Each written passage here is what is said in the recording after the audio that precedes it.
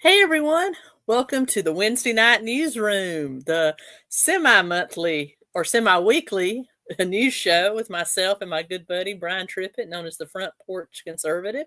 If you're new here, welcome. On this channel, I do Gen X nostalgia, I do true crime, I do movie reviews, specifically horror movies, and I talk about the news. And I guess to everybody's right is my good buddy Bryan 𝗙𝗵𝗏 from the Front Porch Conservative. Go ahead and introduce yourself, Bryan. Good evening, ladies and gentlemen. My name is Bryan 𝗙𝗵𝗏. I am known in social media as the Front Porch Conservative, sometimes referred to as the wise guy in the wide brim. You can find me on my channel on YouTube and on Rumble, and occasionally I pop in on Twitter. I talk politics, pop culture, anything that hits my brain that I find interesting. Got a wonderful, wonderful group of listeners who are loyal and loving, and as big a collectively, they're as big a smart ass as I am. Y'all know y'all are. Don't be sitting out there protesting that statement. They are affectionately referred to as Fedora Nation. So if that sounds like your cup of tea or your brand of bourbon, then why don't you go ahead and subscribe to my channels on Rumble and YouTube. It's greatly appreciated. In the meanwhile, see that lady sitting right over there? Why don't you go ahead and give her a sub if you're not subscribed to her channel, because she's doing some fabulous work. So with that, let's party. All right. Well, let's jump in. First, I want to get into the Daniel Penny case, which we are still waiting on the verdict. The jury is deliberating. But one very interesting development today is that Democratic mayor of New York, Eric Adams, who has been in the news many times here because he seems to be breaking with the radical left. He came out today, or actually yesterday, and basically said that Daniel Penny is not guilty. He's only guilty of providing defense to passengers on the L train, or the F train, excuse me, from Jordan Neely. And that's huge for the mayor of New York to come out and basically challenge the very liberal Soros-appointed DA, Alvin Bragg, and is BS. And he said this on the Rod Astratino show, which is a local New York talk show. Bryan, what do you think of this? It's amazing. Oh, hello. Yeah, you there? Can you hear me? Can you hear me? Yeah, I'm here. Yeah. Okay. All right. Yeah, I can hear you. I can hear you. Okay. It's amazing what an indictment will do to you. And let me explain what I'm getting at. Because Eric Adams campaigned a certain way, and of course, New York City being New York City, a goat diddler could, get elected as a Democrat in New York City. However, he ran as a certain type of Democrat. He started to govern like a Bill de Blasio.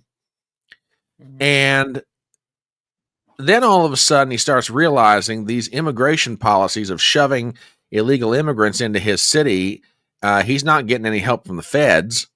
So he starts speaking out about it. He's on his way down to D.C. All of a sudden, his chief fundraiser gets an indictment dropped on her. Now, all of a sudden, here come charges against Eric Adams. And I think Eric Adams had his road to Damascus moment politically when he realized, I may be a part of this party, but this party is not a part of me. And ever since then, he's been slowly drifting away from the Biden administration and every other major, tenet of the faith, as it were. So the fact that he's coming out in support of Daniel Penny, okay, you can make an argument as political expediency, but on the other hand, I'm not really so sure it's political expediency as it's just plain old common sense. And, being a former police officer himself, Eric Adams is looking at this going, ain't no way this guy with malicious intent or malice aforethought was trying to kill this guy. Right. It was self-defense gone wrong. And the fact that no one's talking, at least on the prosecution side, no one's talking that Jordan Neely was full of synthetic marijuana. And just like George Floyd, being full of fentanyl and methamphetamine and marijuana, no one's talking about that.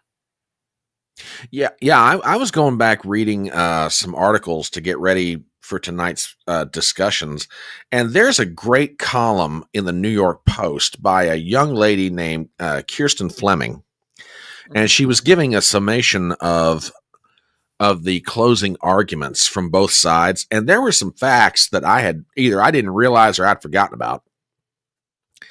And one of them was that the coroner had ruled that the death took place by strangulation before he got the toxicology reports. Yep. Which the defense is arguing, and I think appropriately so, by the way, that, hey, how can you possibly argue that you know what the true cause of death was when the reality is you didn't have the full facts in front of you. This guy was loaded up on enough, dope that, there's no way that you can read. There it is right there. And by the way, it's a great column and a great summation of the arguments on both sides. Shout out to Kirsten Fleming. But yeah, it's a great column, summing everything up. And I mean, there's a whole bunch of things just like that all throughout this. You had the coroner. I mean, yeah, there's the hold, and he held it on him, but nobody in that car. And just from a layman's perspective. And just from a layman's perspective, just look at this picture. If these ads will quit popping up. There goes. That's a fairly loose hold. Yeah. I mean, look at that. You can tell his arm is not tense at all. He's not trying to kill this guy. He's not even trying to choke this guy out. He's just trying to hold this guy in place. Yeah, because and the guy was already having kind of a psychotic episode. Exactly. And that I was just about to bring up that point. Why has he got him in this position? It's not like Daniel Penny came on the train and went, "Oh, let me find an African-American man to choke the crap out of and see if I can kill him doing it." No, this man was engaged in behavior that was literally scaring the passengers on that car to death. The guy's walking around talking about hurting people. He's like you said, he's going into a psychotic episode. And Penny is just trying to find a way to restrain this man, A, for the protection of the passengers, and B, for frankly, the man's own protection from himself. And unfortunately, it went wrong. Right. You go up to the wrong person on the subway. Yeah. I mean, it went wrong, unfortunately. And this gentleman right here. This gentleman right here, Eric Gonzalez, he's helping to restrain him.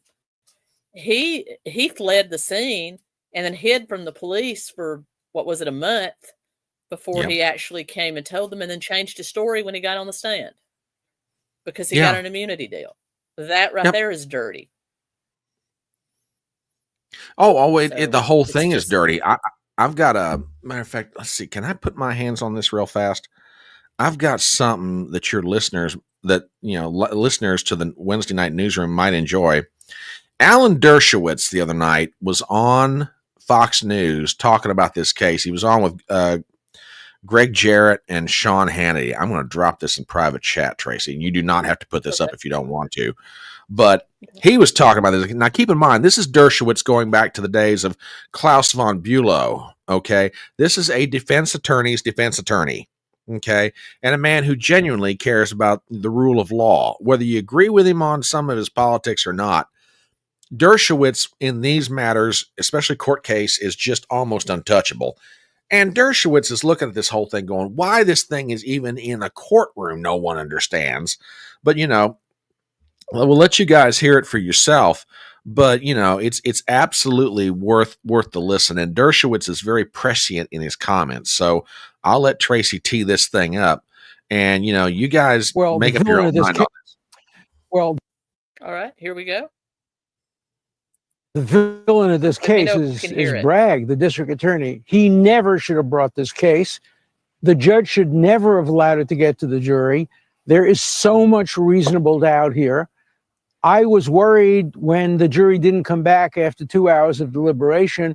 I suspect there may be one or two people who have some doubts, but it would be shocking to me if there were a conviction in this case. And if there were a conviction, I think it would be reversed on appeal. This is a case that never should have been brought.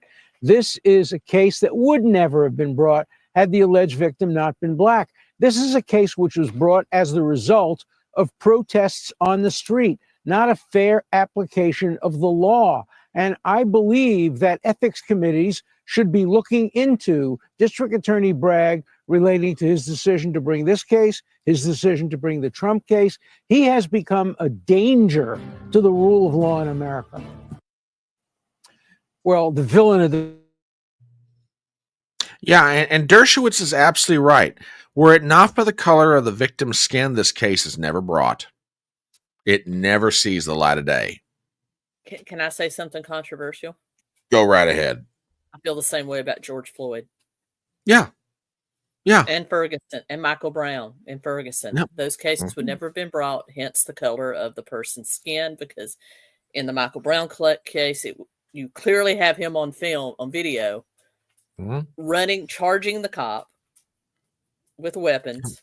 And then in the George Floyd, you clearly have somebody that was erratic, claiming he couldn't breathe way before they ever put him into the hold.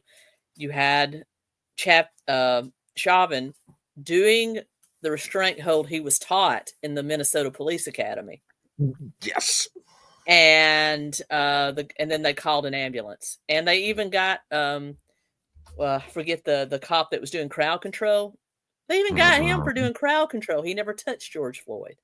Yeah. But the medical examiner in that case had there were two different conclusions. One, that it was the hold, and the other, it was inconclusive, and then about the large amount of drugs in George Floyd's system. Same thing here with Jordan Neely. Mm-hmm. Oh, absolutely. It just to me, it is mind-boggling that this poor young man, and I'm not saying Daniel Penny is perfect. I mean, don't get me wrong.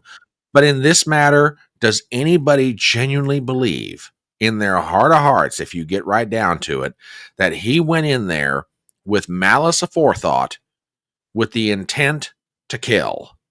No, he went in with the intent to restrain a lunatic, a drugged up lunatic. He was going to class, from what I understand. Yeah. He was going to class. He was going to his college class. Why would he? Oh, I'm going to kill somebody on the way. He's not Patrick Bateman. You know? Really. Yeah, it's just amazing to me. Just amazing. Unbelievable. And you saw the picture we just looked at in that New York Post article. You can tell that the hold is slack. His arm is slack around his neck.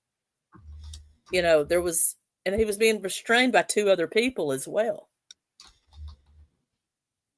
Yeah, no, this guy should never have been in a courtroom.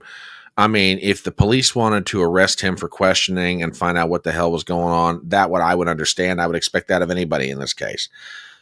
But after that, for the DA's office to charge Daniel Penny is absurd. And I tell you what, I think Dershowitz is right.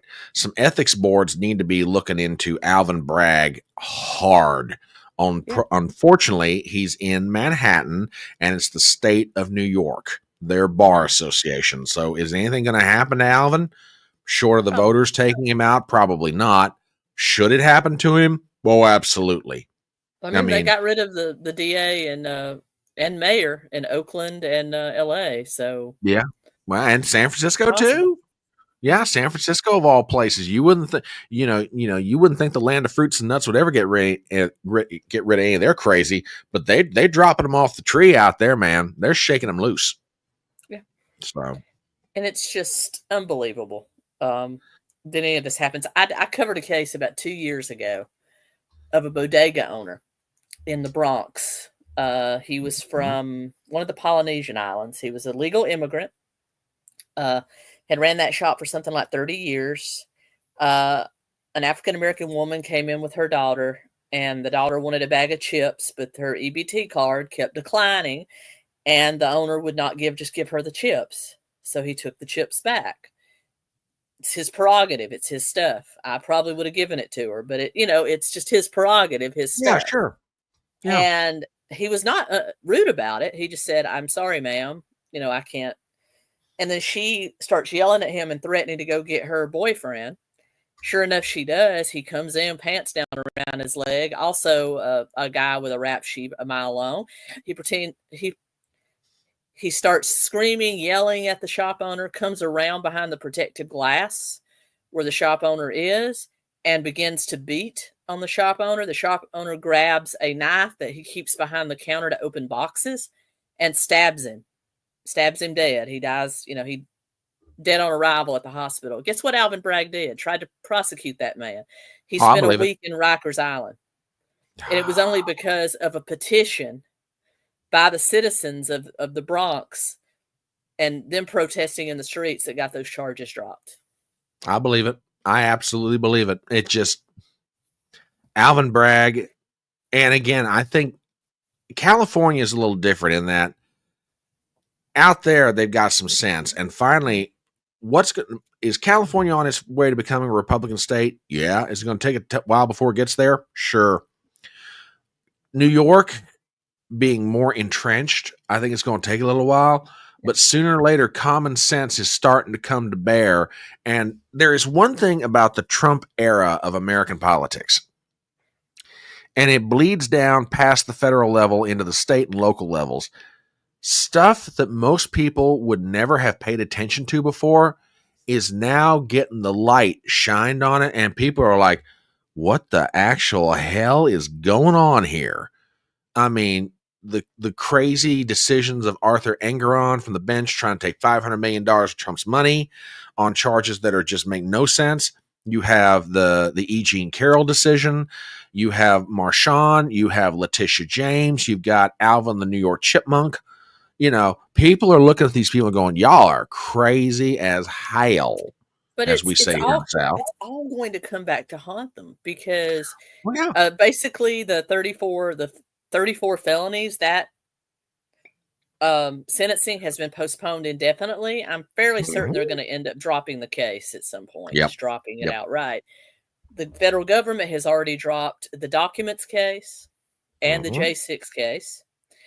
And from what I understand, the Court of Appeals in Atlanta is about a hair's length away from dropping the RICO case. Yeah. So, they filed papers today to make that happen. Yeah. So there's nothing left. And if Daniel Penny does get convicted, I know Trump can't pardon him because it's a state case. But I hope that he can put enough pressure on the governor of New York, Holcomb, to make her intervene. Oh, absolutely. Absolutely. That definitely needs to happen because, like I said, if only Lee Zeldin had won the New York governor's race, Lee Zeldin would have probably already intervened. I'm going to make a wild hair prediction here, and it's not going to happen in 2026, but give it to about 2030. I think New York is on its way to becoming a Republican state. New Jersey might get there first, but New York State's on its way to going Republican. It's just going to take a little bit of time. It really will. There's going to be a lot of ticket splitting in along the way, but it wouldn't surprise me if they get a Republican governor up there by 2030. It really wouldn't. Yeah. Well, New Jersey's had Republican governors, Chris Christie in the recent past. Christie Todd Whitman back in the 90s. Yeah, I remember those days. Yeah. I mean, it wasn't so long ago that Giuliani was mayor of New York. And guess what? As much as people seem to hate him now, he cleaned that city up. Yeah, which actually there's rumor afoot that Andrew Cuomo wants to become the mayor of New York. And I'm sorry. I think Andrew has and I could be dead wrong about this. It's the Cuomo name. He's been a recent governor, so I get it. But I think Andrew's outstayed his welcome. I could be wrong about Mario. That. And Mario had his own problems. Bingo. That's the difference. He ain't daddy. Right. Mario could cover up a lot of sins because he was Mario the Pious, as Rush Limbaugh used to call him. But, Andrew is not Mario the Pious. It just is not happening. Mario was a reasonable Democrat. Mm-hmm. I'd go so Absolutely. far as to say he was a Dino. He was a Democrat in name only, because he did a Yep. lot of Republican things. Yep. So you need to, and then you had, Giuliani, and then even Bloomberg. As much as Bloomberg was a Democrat, he was very moderate to conservative on a lot of things. And then de Blasio just came in and pissed all over the city. Oh yeah. Just pissed all over it.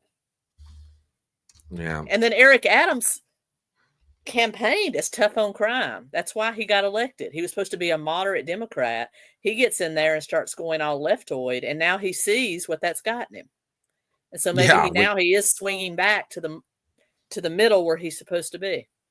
Mm-hmm. Absolutely. And when we get to when we flip it to the other side of the tennis court, because I've got to follow up on old Eric Adams on a slightly different subject. But yeah, it's just, I think Eric is had his come to political Jesus moment, and he's like, nope. I might be a Democrat in name, but that's about all I'm going to be. I'm going to be a Dino. That's it. Yep. Yes, you have, 𝗓𝗂𝗋𝗃, and we're excited. A very dirty joke here, but I'm not going to. Well, I use the term deep throat to describe the lady today, but that's a whole. Hopefully, she's not listening to this, because that's going to be a conversation later. It's like, really, you brought the deep throat. I'm glad you're here, buddy. Yes, we are glad you're here. We are excited and equally scared all at the same time. Well, I'll go ahead and jump over to your side of Eric Adams, because all I was going to say, I was going to play a clip from about 9 months ago where he was talking about cooperating with ICE to get the illegals out of New York. He sees what a disaster it has been and how he is leaking money, hemorrhaging money. Oh, yeah. As a result. And the feds are not helping him. The feds want the sanctuary city, but they're not helping him. Now, you could say that the voters of New York voted to be a sanctuary city. So they're getting what they voted for. Mm-hmm. But there was federal incentives to becoming a sanctuary city, and the federal government has not been providing as much as they said they would. And Eric is like, hey, you can't ask me to do all this and not help me pay for it. Which kind of leads to my follow-up as it relates to His Honor the Mayor of the great metropolis, or Gotham, as it's sometimes referred. So Eric Adams has caught a lot of heat from a lot of people for a lot of different reasons. Well, now he's catching it from his fellow Democrats, because old Eric, aside from jumping on the side of Daniel Penny for what reasons we are yet to understand, he's also incurred the wrath of his fellow Democrats, because Eric Adams is ready to cooperate with Donald Trump. Now you ask yourself, pray, unto what end is he doing this? Or more to the point, what specifically are we referring to? Well, if I can get this magic box of mine to work in the same regard as Miss Tracy, I've got a snippet here from, I think, Tracy. This is going to, I think this is trying to come up on your side, actually. Yeah, I got it. Okay. Just let me know when you want me to add it. Pop it. I will filibuster while you pop. Anyway. Oh God, that's like so double entendre and was not intentional. Anyway, thank God your wife's not in the room. That's all I'm saying. Anyway, she's used to it. Oh, okay. Anyway, so a couple of days ago, Tom Homan is appearing on Fox News with this gentleman whose name is escaping me right now. Bill Hemmer. Thanks, Bill Hemmer. And they get into a discussion about Tren de Agua and New York City. And with that, roll 'em, Smokey. Let's hear what Mr. Homan has to say, because when this piece of news dropped, every Democrat across America went, what the hell? Hit it. I'm not sure I can play it since it's on your side. Can you play it? Well, all right, hang on. The Democratic mayor in New York, Eric Adams, a former cop. You're playing, but you're not doing anything. Wait a minute. This might be my fault. Hold on, folks. We are seeing what we can do to fix these technical problems. Un momento, por favor. Working on it. Come on, you crazy computer of mine. This is no time for you to give me the spinning wheel of death. I heard the audio. Let's try this again. And a 1 and a 2 and no sound. No sound. Yeah, okay. Hang on. We had sound a minute ago. One more time. Give me one more second here, folks. I swear this cheap surplus Ukrainian equipment of mine. Okay, that's working the way it oughta. And all right, Tracy, pop it up again on your side. All right, let's try this one more time. And a 1 and a 10. Let me know if you hear sound. The Democratic mayor in New York, 𝗟𝗏𝗻𝗄, a former cop, is ready to work with you. I hope so, because I've just been notified he wants to sit down and meet with me. I'm willing to meet with him. I'm willing to meet with anybody to help make their community safer. Because again, prioritization out of the gate is public safety threats. Work with us on that. It makes your community safer. It keeps my officers safe. It keeps the community safe. Let's work together and get this done. When's that meeting happen? I haven't responded yet, but I'll respond this week. Okay, we'll be in touch with you and him. Whoa, Tracy, take that down for me if you would not mind, my friend. Oh my goodness, ladies and gentlemen, what is this? The mayor of New York City, aka Dark Gotham, is ready to work with the Trump administration and more specifically the Darth Vader of illegal immigration, Tom Homan, to take these people out. What is this? What? Well, 𝗟𝗏𝗻𝗄 was asked about this, actually, and the response, and this is where I've got to give a lot of credit, and you guys know me, I will give credit where it's due. I have to say a big thank you to Aaron Imholt of the Steel Toe Morning Show. He had this clip this morning, and I saw it, and I went, oh my gosh, we need to do this, because 𝗟𝗏𝗻𝗄 held a press conference yesterday on, as he's prone to do as the mayor, on an unrelated subject. And he opened it up for press availability to ask questions. So he gets asked about this. Let me see if I can get this thing to share again, or try to anyway. One moment. Doing this slightly backwards is always speaking of the Ukrainian equipment, I saw today that Mike Johnson banned or blocked a Biden bill to send another however many billions of dollars they were going to send, and said that this is now Trump's department. About damn time, Michael. But good job, boy. So this clip runs about a minute and a half, and Tracy, if you see me go, stop the clip. But anyway, so 𝗟𝗏𝗻𝗄 opens it up to press availability, and he gave a response today that is just out and out classic New York. And I will give 𝗟𝗏𝗻𝗄 credit. This is, if ever there was a moment when a mayor puts the press in their place, this is it. With that, roll 'em, Smokey. You got to start it. Cool. It's on your side. Yeah. Okay. Those who are here committing crimes, robberies, shooting at police officers, raping innocent people, have been a harm to our country. I want to sit down and hear the plan on how we're going to address them. Those are the people I am talking about, and I would love to sit down with the board of czar and hear his thoughts on how we're going to address those who are harming our citizens. We're open to that. Open to hearing what their plan is to deport some of these folks, and you think the city, in some circumstances, should cooperate with ICE. Okay, now, first of all, did you catch the tone of that smarmy-ass question? I mean, are you ready to sit down and talk? You think that in some circumstances you should cooperate with ICE? Really? Yes, oh it's your immigration service too, you insufferable toad. I don't understand why you wouldn't.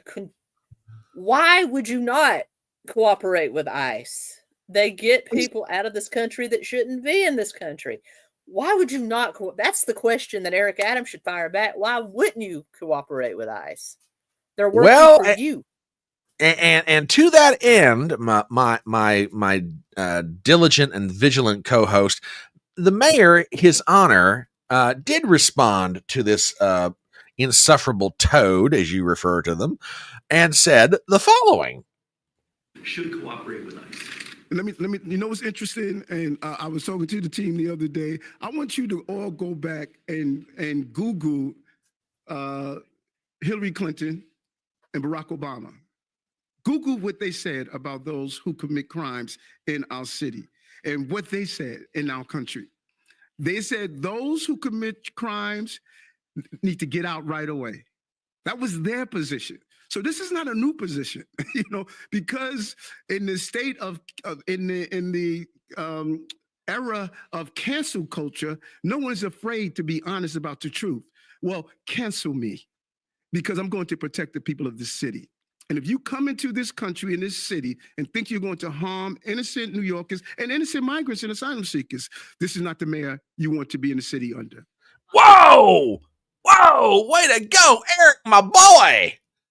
Go ahead and cancel me. Go ahead and cancel me. Go ahead and do it. Come on. And honestly, that comment is not just directed to the press.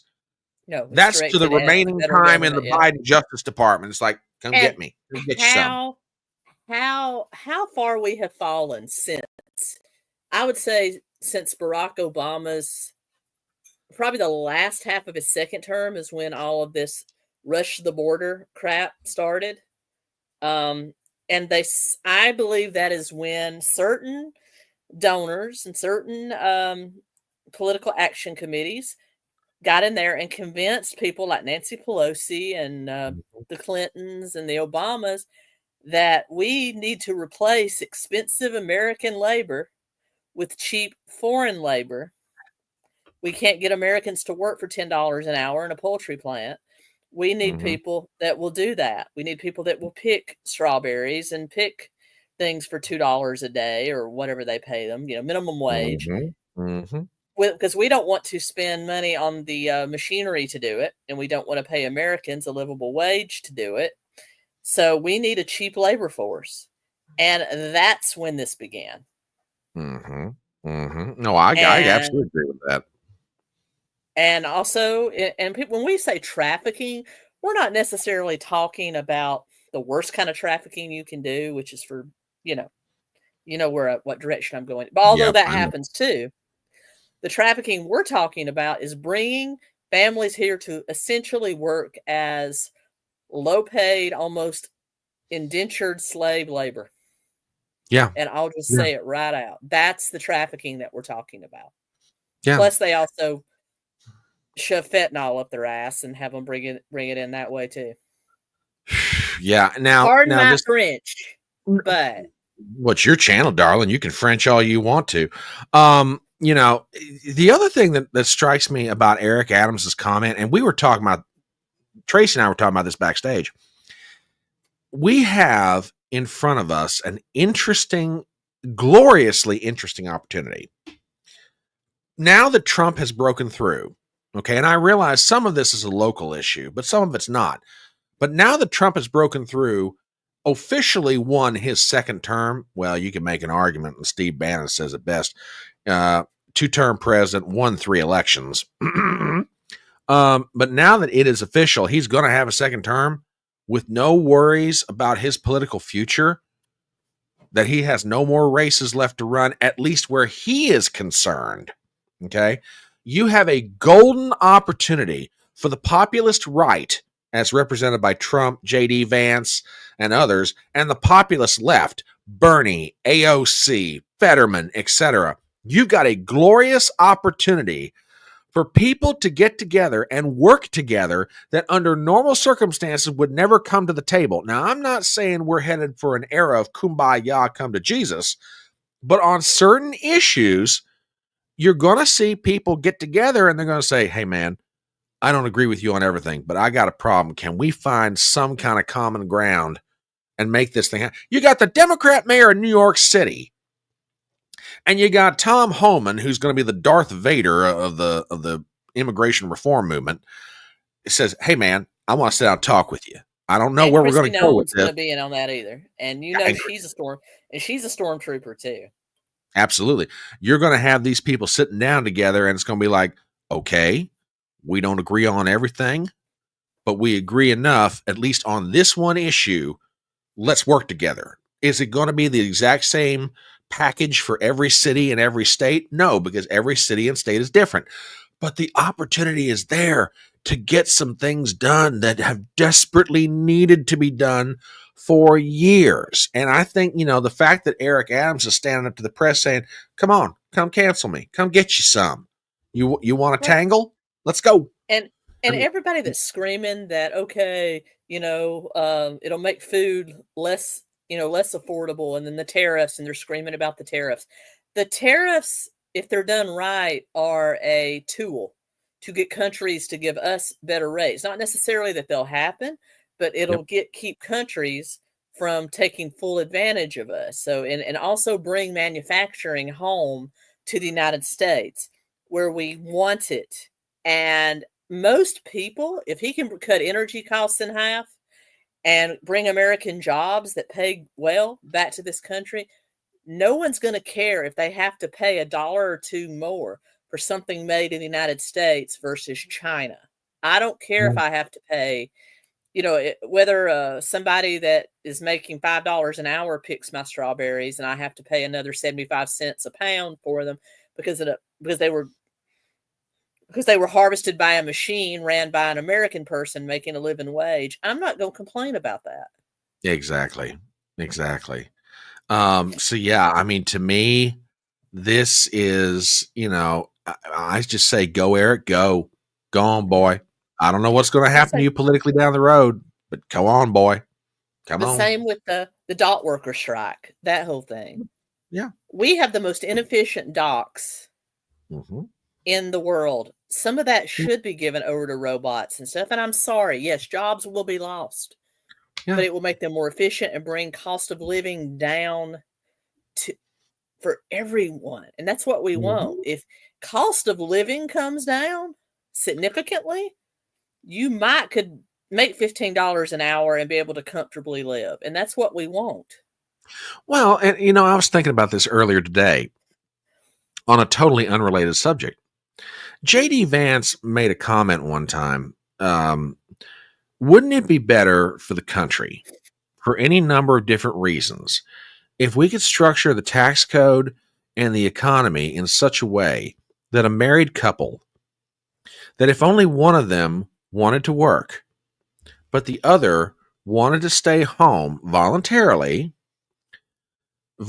stay home to raise their children in that family, would it not be better for them as a family and for the children and for the country in general if we restructure our tax system, our revenue, our spending, and the economy in general such that, a typical American family could actually live well on just one income? Would we not be better off in the long run in so many different ways?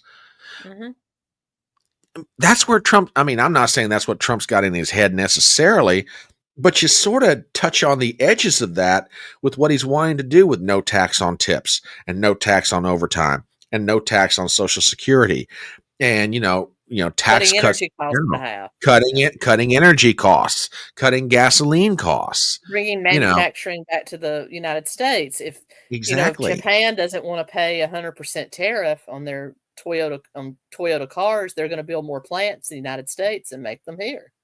And Trump's sitting there telling them, hey, I'll give you 15% as a corporate rate on one condition.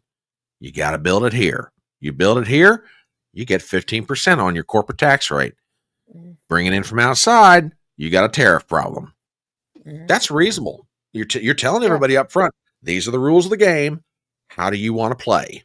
And plus, everybody's screaming about China cutting off our supply of these like 3 minerals that we need. We can get those elsewhere. Plus, China still needs a lot of the stuff we manufacture. That'll all work out in the wash. Exactly. But we can mine some of those minerals here and get them from other places. Absolutely. And with that, I will hit the pickleball back over to your side of the net. Pop. All right. Well, we're going to talk very briefly about South Korea. We've been talking about weaponization of the DOJ. Well, that's been going on in Korea for a long time. And finally, it all culminated in 2 days ago. The current president of South Korea, because of squabbles with, he's of the minority party, but he is the elected executive, and then the majority party is more of a left-wing party. He's more of a right-wing party, controls parliament. And over the past few years, there's been some squabbles going back and forth of these liberals in the parliament trying to impeach this guy and also use their Department of Justice, their equivalent of the Department of Justice, to investigate him and people in his administration. And these people in the justice system have pushed back and started to try to investigate some of these left-wing people, and it's just been like back and forth using the Justice Department is lawfare. Well, it all kind of culminated when they attempted again to impeach this guy, President Yoon, and he declared martial law, basically just seized dictatorial power. It's all over and done with now, because the parliament was able to reverse it, but it's scary. It's scary of what can happen when a country does the kinds of things that we see on a much smaller scale here in the United States over a long period of time, and somebody snaps and tries to put an end to it in the wrong way possible. I'm not saying he was in the right to declare martial law.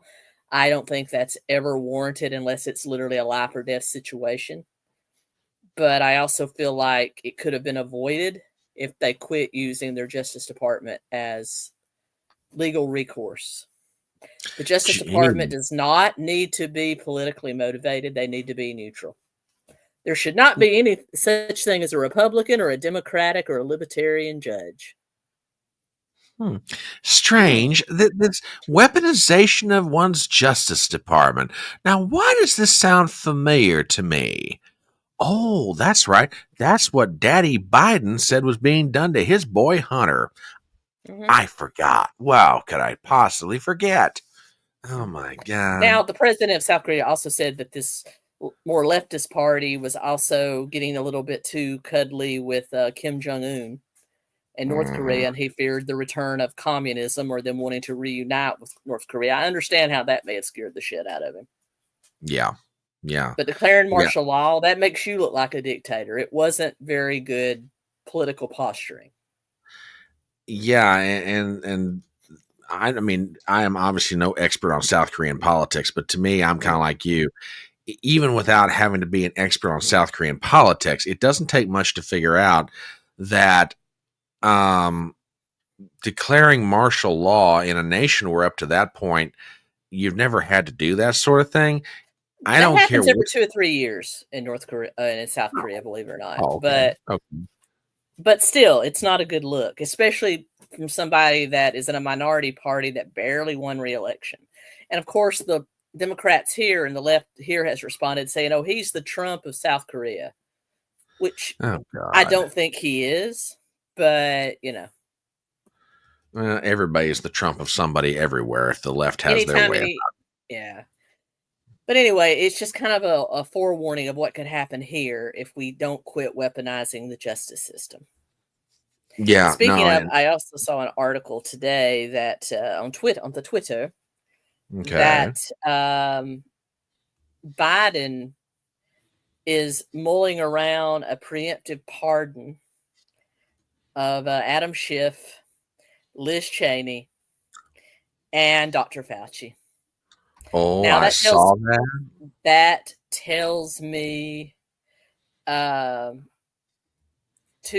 of two things. Either these people have committed egregious crimes and he knows it and he's trying to return political favors, or he's trying to save them from what he thinks is going to be Trump's revenge. I don't know which it is. I suspect it's the former, that he knows they're guilty of some shit and he's trying to protect them from it and also kind of keep their favor.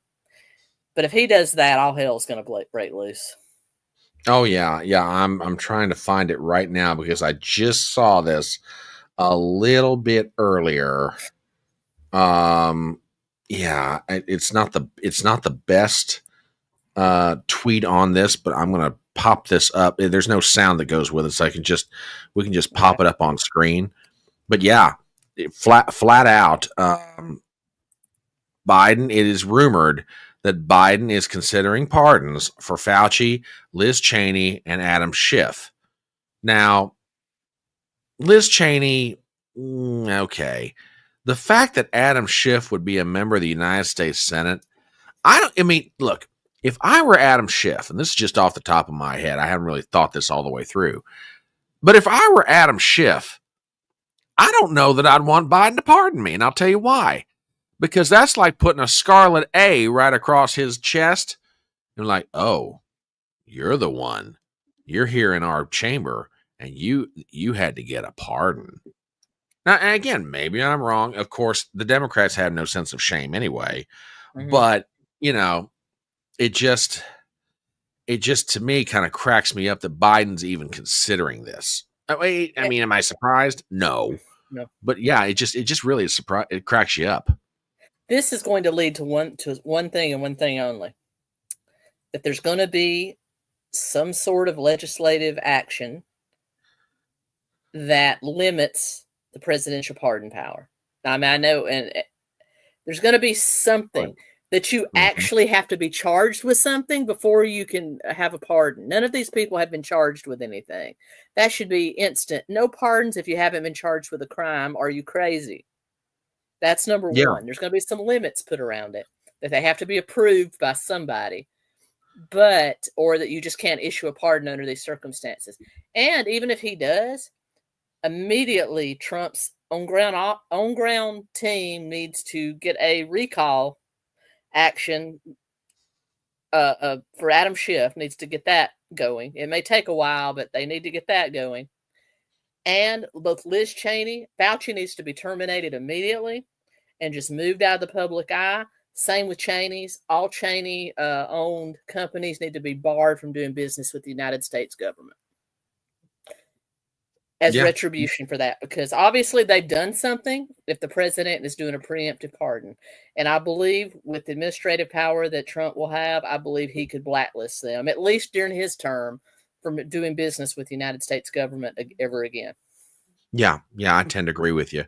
I mean, there will be a hue and cry if Biden does this. I mean, the pardon of Hunter was bad enough on so many different levels.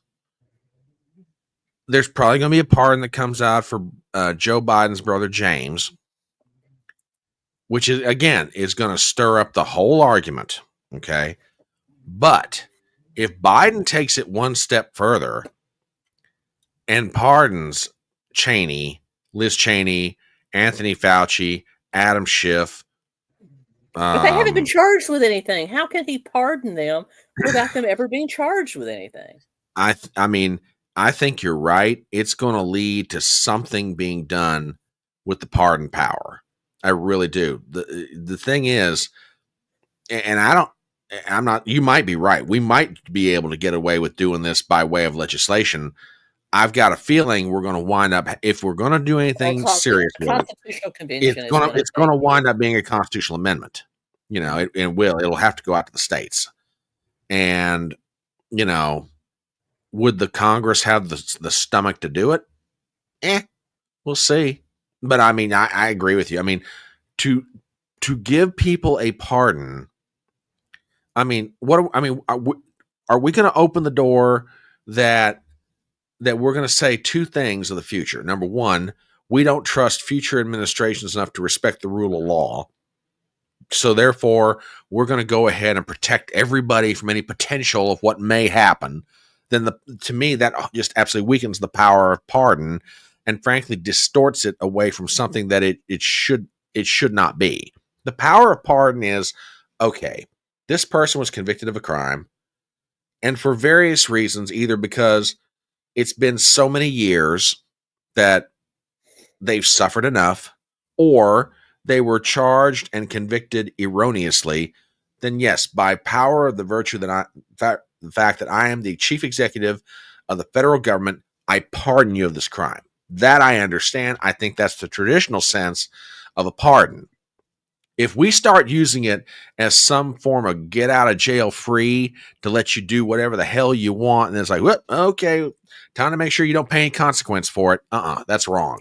That's where it's wrong. leading to. It's like you're taking care of your mafia members right there. That's what it is. And it shouldn't be allowed. It should not be allowed. People are going to say, well, Trump pardoned Roger Stone and all that. Well, Roger Stone, in my opinion, and in Trump's opinion, did not commit a crime. He just refused to roll over on a president that he was a advisor to. And Trump was never found guilty of, was not found. It was in connection with cases that Trump the charges are now being dropped. So there was a perfectly legitimate reason there for him to pardon Roger Stone. Exactly. Refusing to roll over on your president is, especially when your president has done nothing wrong, that's a sign of virtue. That's not the sign of a criminal mind.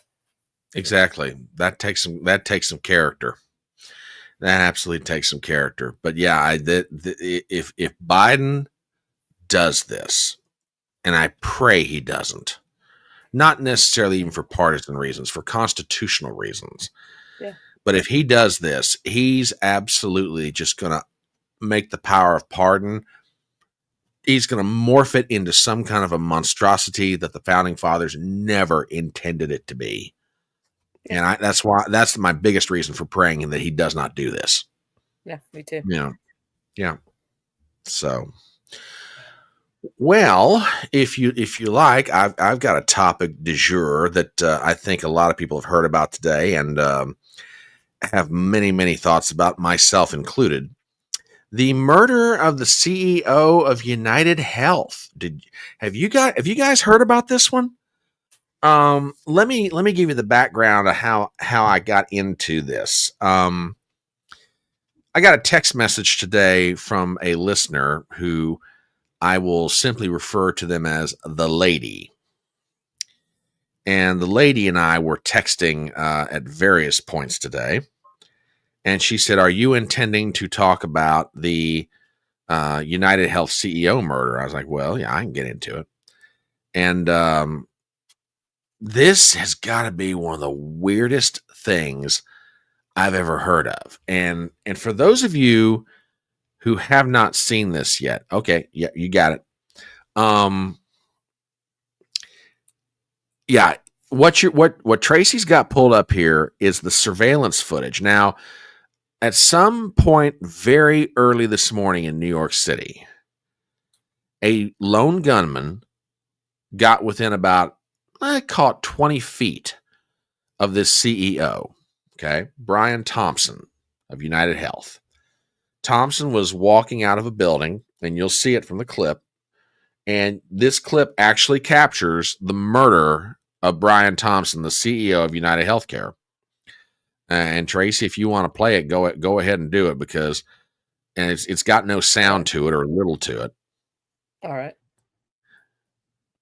Anyway, this man walks out. There's Thompson. He's walking along the street. There's a man walks out from behind a car, puts one in the back, and proceeds to continue shooting. Now, if you look at the gun in the man's hand, Tracy, can you back that up just a hair? Just maybe about 3 or 4 seconds. If you look at that gun that he's holding, a little more, and hold it right there. It's got look at that silencer. That looks like a silencer. Okay, now, first of all, silencers in the state of New York are illegal. Okay?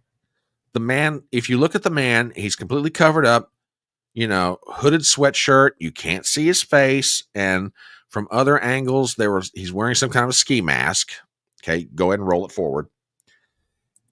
And he proceeds to put one in the back, and he keeps firing to make sure this man is dead. There he goes to add a few more. Okay? He crosses the street, and then from there, you don't necessarily see it, but he'll get out a camera shot. Yeah, he'll get out a camera shot, and from there he will. And Tracy, if you want to take that down, I'll pop something up here for everybody. From there, He gets on a bike, and you can't really see it here because of how close up this is. But he gets on a bike. Yeah, I think I just popped it over there. So if you want to pop that up. He gets on a bicycle. It's an e-bike. And the reason that we know that is, and I'll just pop this tab up. According to people, he got on a city bike and rode away. Okay, now there was only one bike that moved out of there at about 6:44 in the morning. Okay, so we know how he got away. We know everything else. What everybody cannot quite figure out is why. Now, let's stop and think about some things here for a second. And Tracy, feel free to chime in on this anytime you want to. Oh, Lindsay, you just beat me to it, and that's fine. That's fine, dear. According to reports, this guy was scheduled, and I do not have anything official here, but I've got a tweet. And Tracy, if you want to pop this one up, supposedly this guy was under DOJ investigation, and which sort of begs the question, why a man who, if this was true, let's put it that way, if this was true, and he's under DOJ investigation, seems awful convenient that, for somebody's benefit, he gets taken out. Now, again, do we know all of this of a certainty? No, this is all very early, and it's going to be, fleshed out in the days to come. But I've got a number of questions. One, how did this gunman know exactly where this guy was going to be? Yeah. Number two, if that was a silencer, how did he get his hands on it? Okay. Number three, the guy had an escape route already planned. So you got to get the feeling this isn't just some random, druggie or whatever, a mugger, coming up trying to get the guy. This is not, because it wasn't robbery. It obviously wasn't robbery. Yeah. Or burglary or anything like that, or assault. It was a premeditated, mapped out assassination. Yeah. Absolutely. That's what it was. Now, either the DOJ, because they didn't want him to testify. They were investigating him, and maybe it was connected to the Poke in some way, because United Healthcare's one of the biggest, if not the biggest, health insurance company in the country. And what exactly was he under investigation for? Now, I know that they started using AI to do some of their claims, and they had like a 91% denial rate, which is incorrect. Was it that he was under the investigation for, or was it something more sinister? That's not sinister. Yeah, now what he was under investigation from DOJ for, I'm not sure, but it's been reported that he was under investigation. And, it's funny you bring up the question about, claims and stuff like that, because I've got one more thing here. When word of this man's death broke out, the public reaction, and again, Twitter is not everyone in America. Okay, so let's keep that in mind. But the public reaction to the news of this man's passing was just downright cold-blooded. I mean, I've got some stuff here, and it's about to pop up, Tracy, on your side, just to show people this. You got comments like, "I'm sorry, prior authorization is required for thoughts and prayers. Sending prior authorization, denied claims, collections, prayers to his family. Was his trip to the ER really emergent? According to his own company, my husband's heart attack wasn't an actual emergency, and we were out a full $3,000.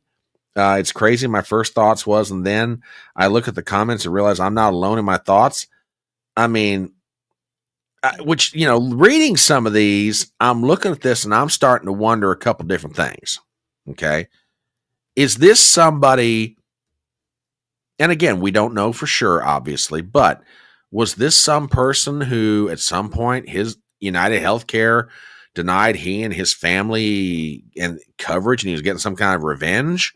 Or is there something more sinister going on here? I mean, Yeah, it could be. It is just a disgruntled. I mean, it could be that somebody's loved one died of something that was treatable because they denied coverage, or they were out, it bankrupted them. I mean, there are other, it could be a lone wolf. It absolutely could be. And with today's social media and internet, it's really not hard to track somebody. True. So it could be that, or it could be something a little more sinister, that some organized something we've already discussed might not want out there. It could be. Who knows? We're going to know more and more about this. I'm glad I had Cigna, and I'm glad they've always treated me fairly. They've always covered everything within the realm of the policy. Yep. I mean, but the circumstances behind this, and there was a lot of this reaction too, Zippy. You're absolutely right. But yeah, I saw Lindsay's comment. I'm glad you popped this one up. His demeanor was way too calm for it to be considered just some disgruntled policyholder. I mean, who knows? We don't know yet. And you could buy a silencer in another state and transport it in a private vehicle into New York. Yeah. It doesn't mean they bought the weapon or the silencer in New York. I mean, I've crossed state lines before. Not to do anything nefarious, but just because for protection, I had something under my seat. Well, I've bootlegged liquor across state lines before, but that's a whole other discussion, but never mind.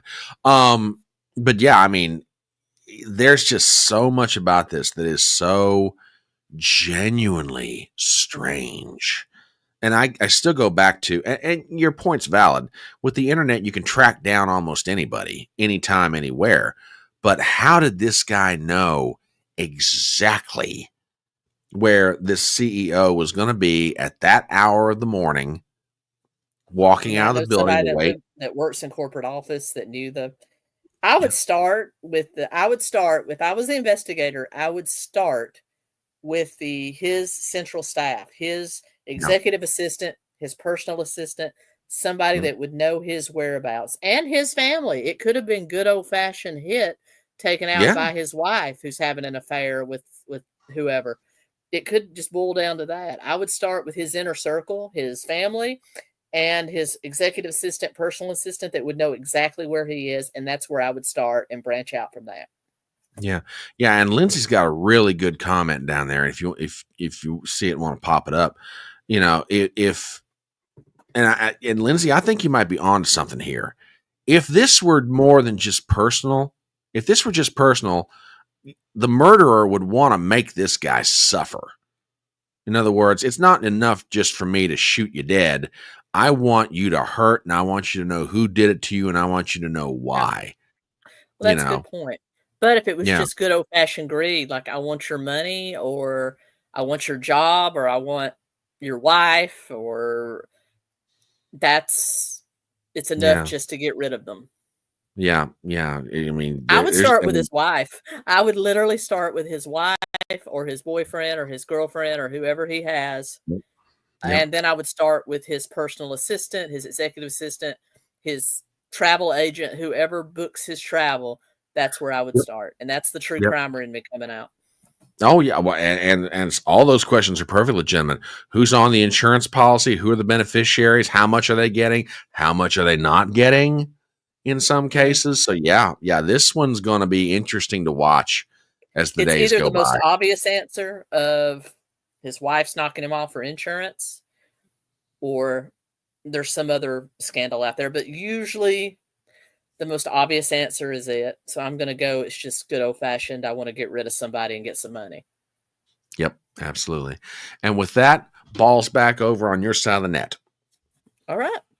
Well, today, most eyes were on the Supreme Court of the United States, because today we had oral arguments in the case to throw out my own state of Tennessee's law that bans transgender surgery and medical intervention for minors. U.S. versus 𝗙𝗂𝗀𝗵. And from what I understand, already some of the conservative justices are already firing back at some of the reasons why this case is being argued. Several of them believe that this truly is not a judicial issue. It is a state issue, and the state has already ruled on this. That seems to be the conservative touchstone, where the liberal touchstone is this is interfering with someone's civil rights. Okay, and along those lines, I'm going to share what Biden appointee Ketanji Brown had to say about it. Let's see.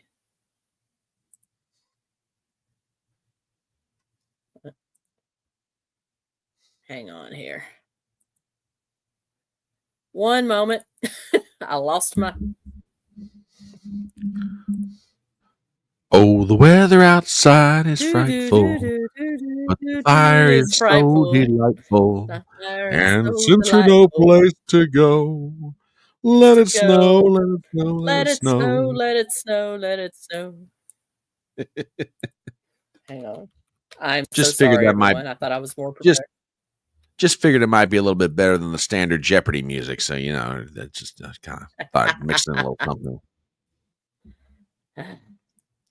Ah, yes, here we are. I thought I had it up, but I had duplicates of my next clip.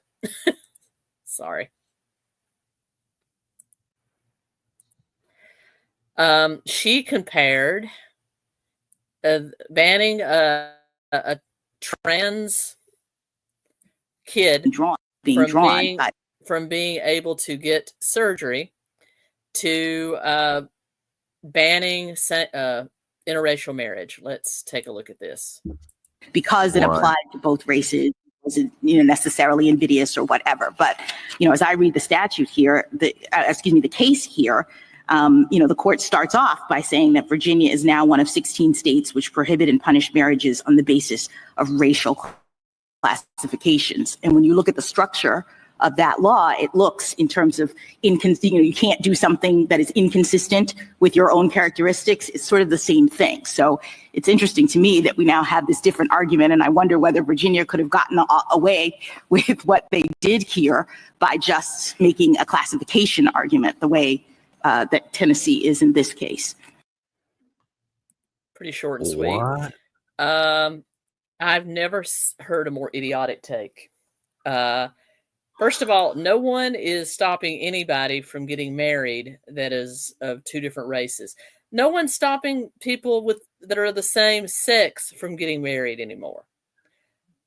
How does that equate to letting children go on hormone therapy that will stop them from going through puberty, which they need for a healthy, fulfilled life, or chopping off their private parts? Well, and you used the key word here, and let me back up before I get to it.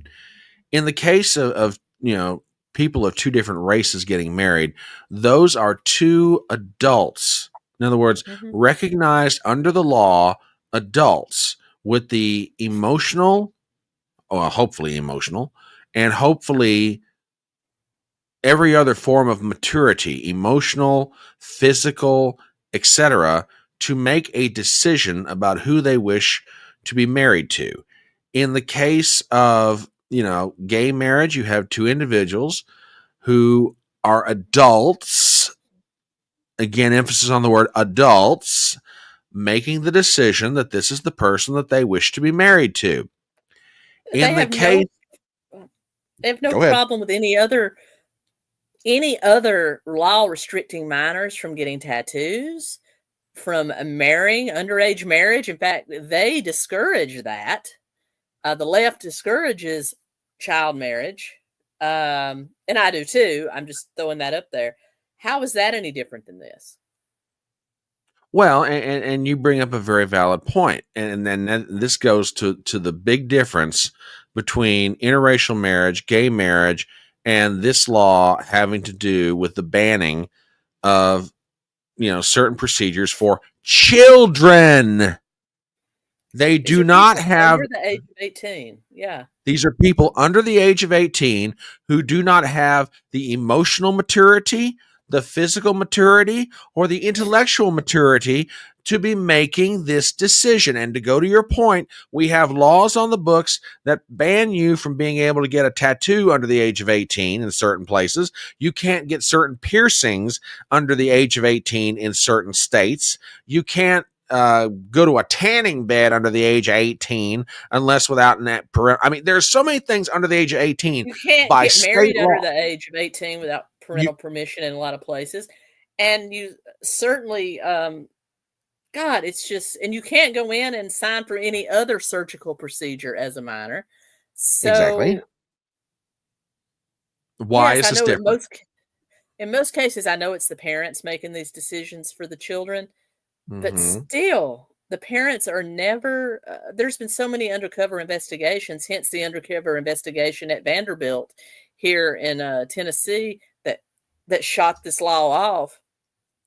In most cases, the Sex Reassignment Center was not informing the parents of the side effects of these surgeries. That is, if your child who is biologically a girl and you want to start them on hormone replacement puberty blockers, they're never going to, their estrogen and testosterone is never going to be balanced. They're never going to be able to have children. They're probably never going to experience sexual pleasure in their life. And it's going to affect them. If they change their mind, they've changed their voice, hair is growing. It's changed the internal structure of their sexual organs. Same with a boy. If a boy does not go through male puberty, Mr. Dinky can't perform. Yep. Their muscle mass is not going to be where it needs to be. They're going to be more apt to be obese. There's lots of different things that going through puberty is necessary for in a healthy person. And that's what these hormone blockers do and puberty blockers do. And contrary to what you were told, you can't just pause it and start it back up. If you miss it, it's done. Yeah. Sorry. Yeah. Yeah. It's just, now, from what I understand, I didn't get a chance to hear the oral arguments.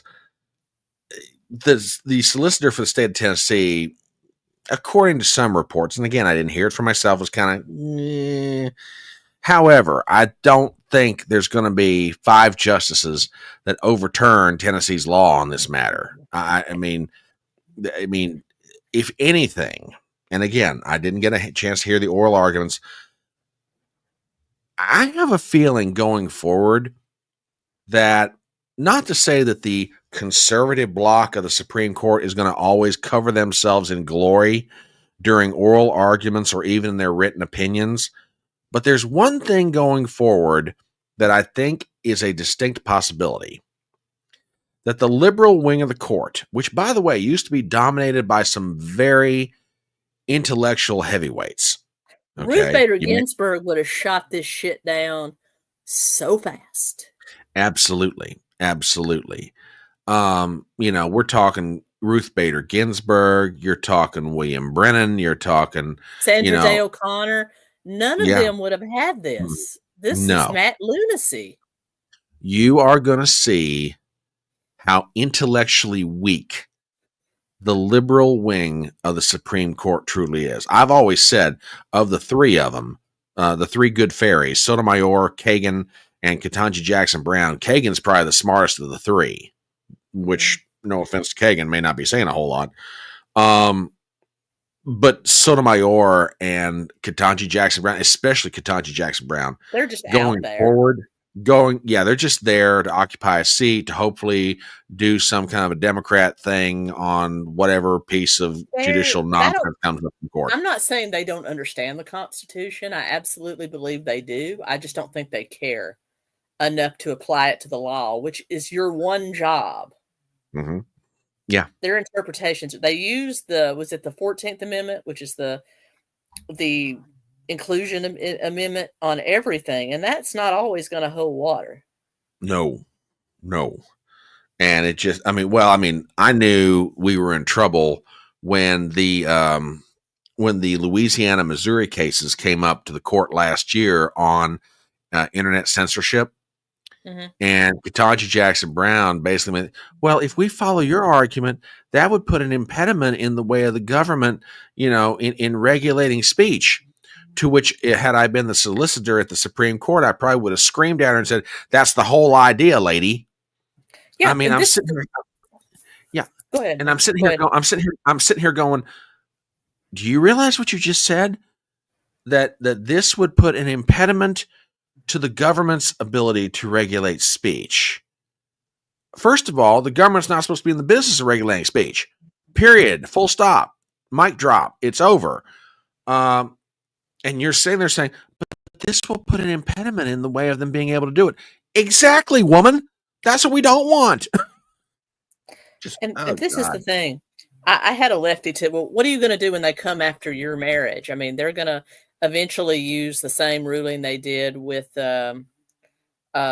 reversing Roe versus Wade to reverse the gay marriage ruling. And I said, okay, first of all, there's not even a case on the horizon right now for that. It's going to be years. And even if they did say this is a decision for the states, which I don't think they will, because first of all, killing a child is one thing. Mutilating a child is another thing. Two consenting tax-paying adults being able to make a decision about their own family is quite another. I think that the court would uphold the decision, to be quite honest. But if they don't, and they do send it back to the states, the not Defense of Marriage Act, the Equality of Marriage Act, which just passed through the legislature, says that if you are married in one state, all the states have to recognize it. So what would happen, just like it is with Roe versus Wade going back to the states? Half the states would allow gay marriage, the other half would not. And who knows, it may pass in the majority of the states because most people don't give a shit. Yeah. And as long as you're consenting adults. And guess what? If my marriage here in Tennessee suddenly becomes null and void, my wife and I have a decision to make. Either we go get all of the living wills and trust wills and get with a lawyer and do all the things so we can have the majority of the legal protections that a marriage would afford us, and we live in sin, or we go to a state that allows it, we get married, and guess what? Tennessee has to recognize it because of the legislated law that just passed. That's what people don't realize. Yeah, and honestly, let's just say that somehow, some way, gay marriage were overturned. Our mutual friend Brentley from the Dangerous Rhetoric podcast, cannot tell you the amount of times I've heard him say the worst thing that ever happened to the gay movement was for marriage to be legalized. I mean, it's like, why didn't we just stop at civil unions, just let it go with that? And he said, well, I know exactly why. I think that is the reason that so many people are against it. Yep. I mean, 60% of people support it, but the other 40% are because they use the term marriage. What they should have done is lobbied for Congress to pass, or lobbied the states to pass civil union. That would have eventually passed in all states. I really believe it would have. Yeah. And as a gay person, I have a problem with being a tax-paying citizen that formerly served in the military, not having the same rights as you, who's just happens to be straight. Yeah, that irks me a little bit. But there's also a process. And I think all you had to do was call it something different than marriage. Yep. And everybody would have been hunky-dory. And it just boggles the mind where we are. I mean, on that issue and so many others, because it's like, it's just, can't you see what the conservatives are going to do? Yeah, actually respect the rule of law and let the states sort out most of it. That's what's going to happen here. You can't use you do federal see the judiciary. Difference between gay unions and mutilating children, and very different. I think the court would actually uphold it, to be quite honest. Well, and again, it goes back to what we said at the beginning of the segment. Adults, children. There's a profound difference between those two things, or in point of fact, there should be. But the law recognizes. Yeah, they might change the lingo and say, okay, well, it's a civil union now. It's not a marriage, because marriage is historically fine. Well, yeah, and to go back to another point that you made, And I remember years ago when this whole argument came up, I said, social conservatives are not going to win this one in the end, because and I argued a very simple thing at the time. The contract clause of the Constitution is going to bait, and the interstate commerce clause are basically going to wind up trumping social conservatives' arguments against gay marriage. Because here's the thing. What are you going to do? If two people are married in one state, if they move to another state, that's still recognized as valid marriage. Because why? Because it's contract. Two individuals have entered into a contract. I mean, if marriage were purely a religious function, okay, maybe in the end the arguments would have changed and it never wins. But the moment that it stopped being a purely religious function and became a matter of contract, okay, at that point, interstate commerce is going to take over and it's going to win the argument. It will. Right.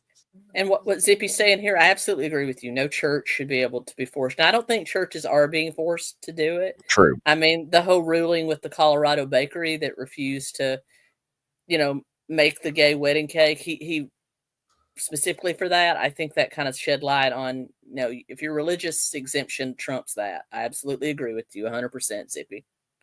Yep, absolutely. And I'm an old constitutionalist. I really am. Oh, so am I. I mean, and that's just it.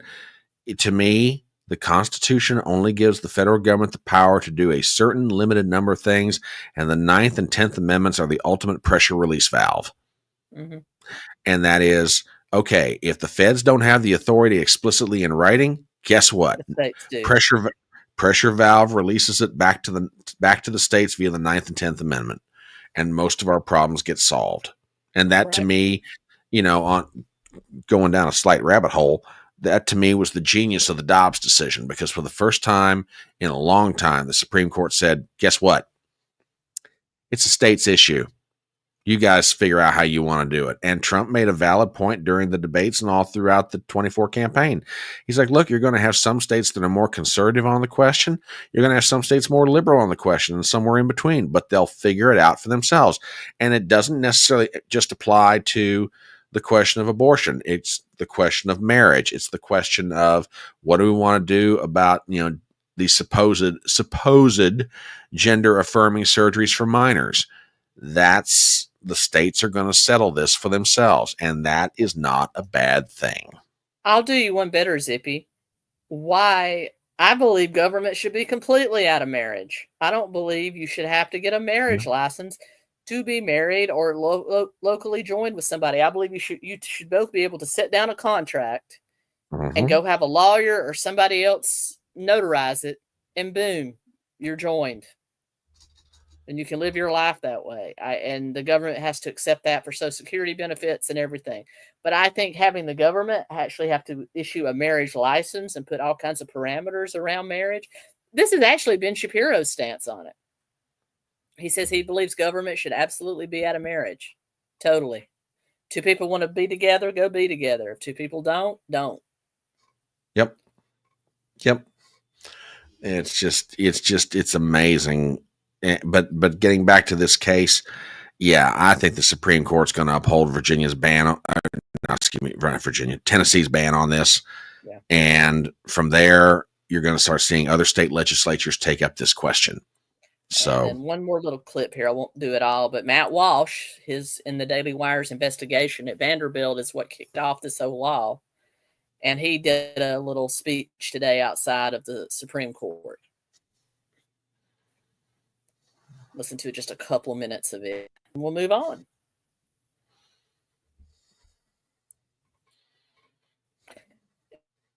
And of course, the lawyer arguing against it, of course, thinks she's a man. Here on this cold day because we recognize three very basic truths. First, that biology is real. It is immutable. It is not subject to the whims of any individual or government or medical organization. Men are men, women are women. That's all there is to it. You cannot change a person's biological identity. You cannot change their sex, and you should not try. Second, that the most essential and fundamental duty of any society is to protect their children. A country that cannot or will not protect its children is a country that deserves to die and will. I think that pretty much sums it up. Yeah. No, he's not wrong. He's not wrong at all. Totally not wrong. So we'll see how all this shakes out. But yeah, I mean, you're right. Matt Walsh is the one that got this thing kicked off good. And to see this now at the Supreme Court, in one sense, for him, has got to be kind of gratifying. No doubt. Oh, yeah. Yeah. And can I do one more case before I zip it back to you? Sure. Yeah, that's perfectly fine. Go ahead. Go right ahead. Going back to the well with Tiffany Henyard, Super Mayor Tiffany Henyard. She's out for one of her jobs. She, as you know, she was the mayor of Dalton, Illinois, and the supervisor of Thornton Township. Both combined jobs paid her almost $300,000. Well, Thornton Township decided to caucus her, and she lost bigly. We're going to take a look now. And it was a little controversial. Well, dang it. They blocked me. I'm not paying for it. But basically her opponent basically held a rally about 30 minutes before the caucus. And it was in a building in Thornton Township that only held 600 people. Guess what he took into the caucus with him right after his rally, which was another part of the building? 600 people. So all the people that she bust in to caucus for her couldn't even get into the building, and he won within 6 minutes. Wow. It was absolutely dirty the way that it was done, but she's done some dirty things I don't feel sorry for. They did what they had to do to get her out. And she, of course, threw a hissy fit, during the meeting, but she's out. She'll probably try to fight it legally, but she's out. He's in to be the Democratic candidate for the position. And I do have a video. Yeah, I do have a video. I think it just exposes, honestly, how corrupt the Democratic Party in this exposes how dirty the Democratic Party is in Illinois also. To knock Township Supervisor Tiffany Henyard off the ballot for the April election. Now, Henyard is also the mayor of Dalton, but her path to keep her second job just got more difficult. NBC5's Regina Waldrop was at the meeting in Homewood and tells us why Henyard won't be on the Democratic ticket for her supervisor reelection. 7 minutes. That's all it took for Tiffany Henyard to be out as the Democratic nominee for Thornton Township supervisor. And she left here visibly upset. Illegal me! A crushing blow for Tiffany Henyard. Hundreds of people waited outside and dozens more inside an auditorium in Homewood as the results were announced. Illinois State Senator Napoleon Harris will be the Democratic nominee for Thornton Township supervisor in the April election. We had a caucus and the people voted for a slate of candidates to represent them at the April 1st consolidated.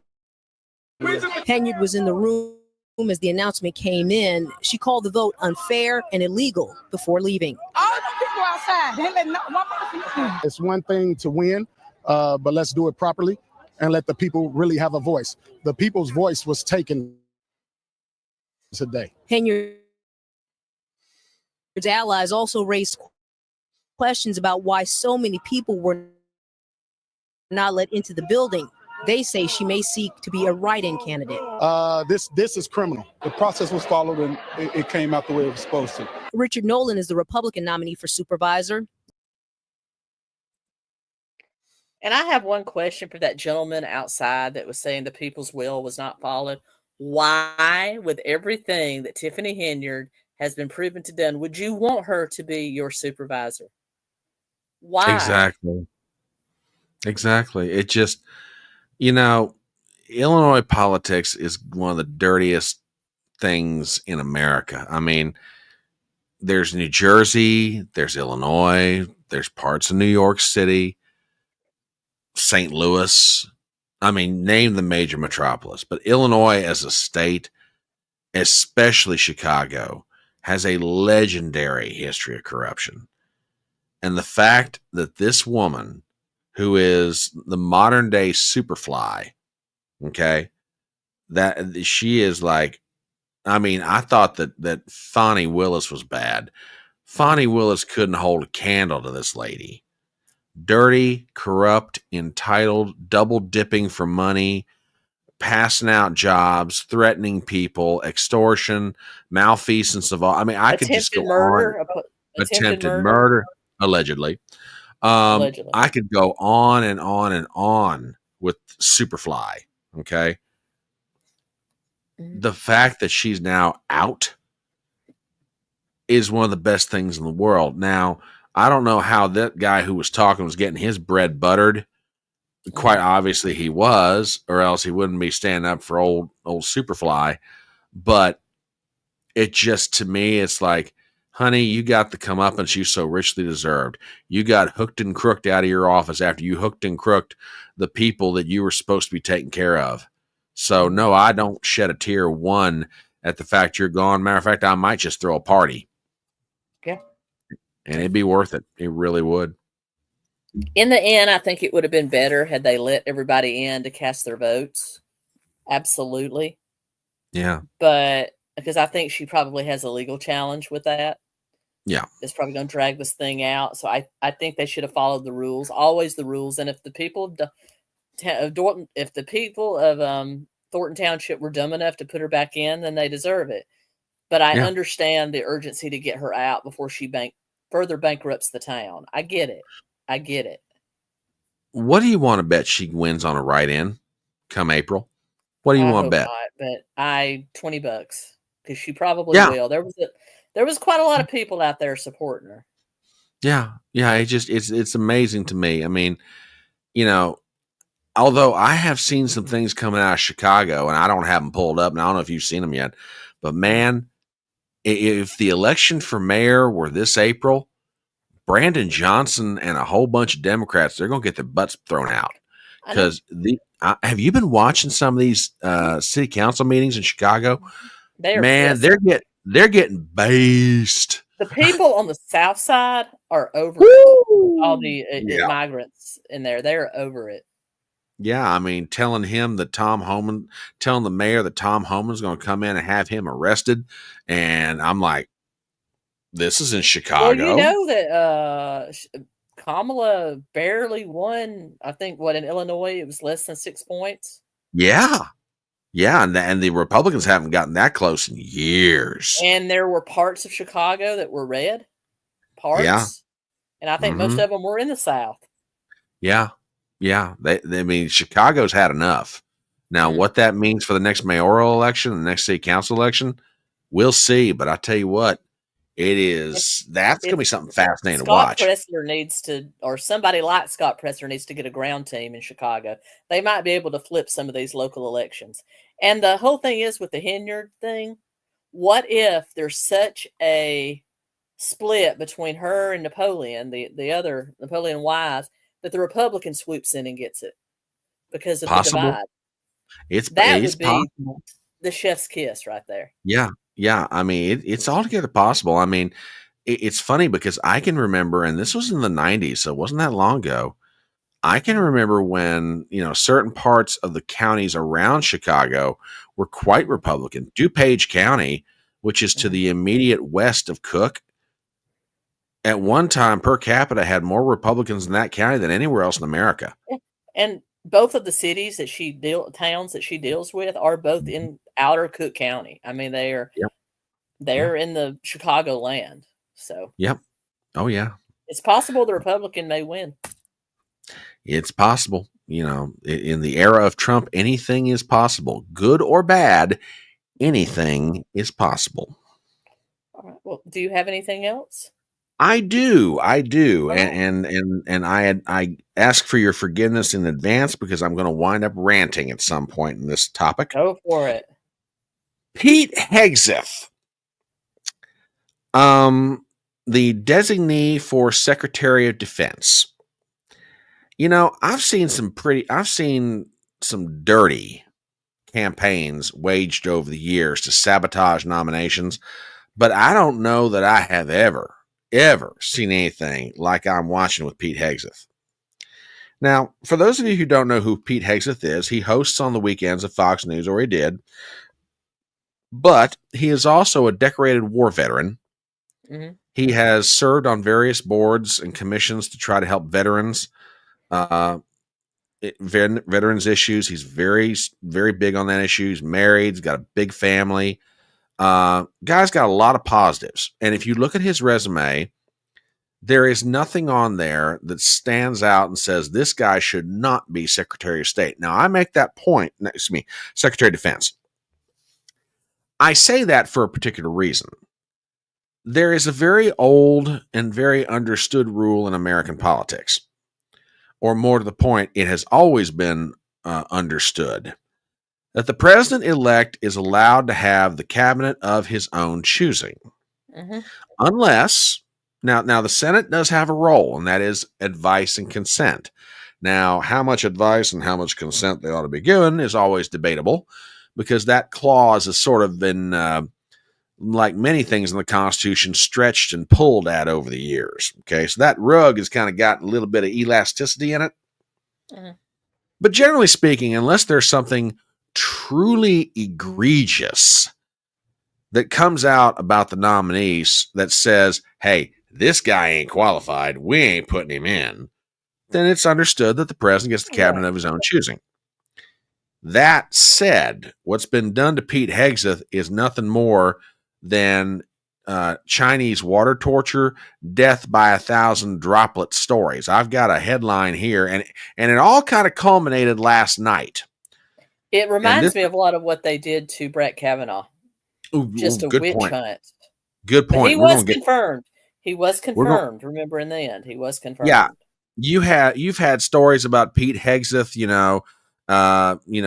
being misogynist toward women. You've had stories about him being drinking a lot. You've had stories about him, being with Concerned Veterans of America, and there were issues there. You have had a drip, drip, drip campaign against this guy, and it finally culminated last night with a story that broke at the Wall Street Journal, and everybody picked it up, supposedly, and Tracy, if you'll pop this up on screen. Yep. This is from NBC News, where supposedly Trump is considering replacing Pete Hegseth for Ron DeSantis. Okay. No, I love DeSantis. Don't get me wrong, but DeSantis is a veteran. Yes. But still, Trump needs to fight for Hegseth. He needs to fight for Hegseth. Well, or funny you should. Trump's just in the mode of, I got to get a cabinet that I can trust in place and get to work. It could be he doesn't want to, that he's picking his fights. Well, no, I don't think that's the case, because I'm hearing various things from various people. And a matter of fact, it's funny you bring up Trump, because I've got a clip here, and Hegseth was on Capitol Hill this morning with his wife and his team as they're going around visiting senators' offices. And I will pop this back up. And there was a reporter there from CBS News trying to talk to Hegseth. And I want to play this because, everybody's asking the question, where's Donald Trump? Where's Donald Trump? What's Trump doing? This guy's in trouble. They managed to pick off Matt Gaetz. Now they're going after Hegseth. Well, we found out this morning where Donald Trump is. And with that, take a listen. Have you had any conversations with the president-elect about replacing you with Governor DeSantis? I spoke to the president-elect this morning. Hang on, y'all. He said, keep going, keep fighting. Find your way. So you're in this all the way. Why would I back down? I've always been a fighter. I'm here for the more fighters. This is personal passion for me. You're not withdrawing your name from consideration, just to be clear. We're meeting all day with senators. I know your mom was just on Fox.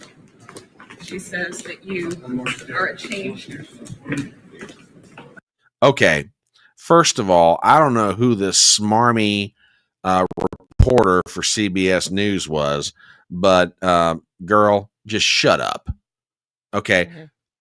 Pete Hegseth, this morning, walking around Capitol Hill, he's telling people, hey, I've heard from the president-elect, and he's telling me to stay in this thing. And that is exactly what Pete Hegseth is going to do. And people are rallying to his defense. Now, supposedly, there's about 5 or 6 Republican senators who privately are expressing grave concerns about the Hegseth nomination.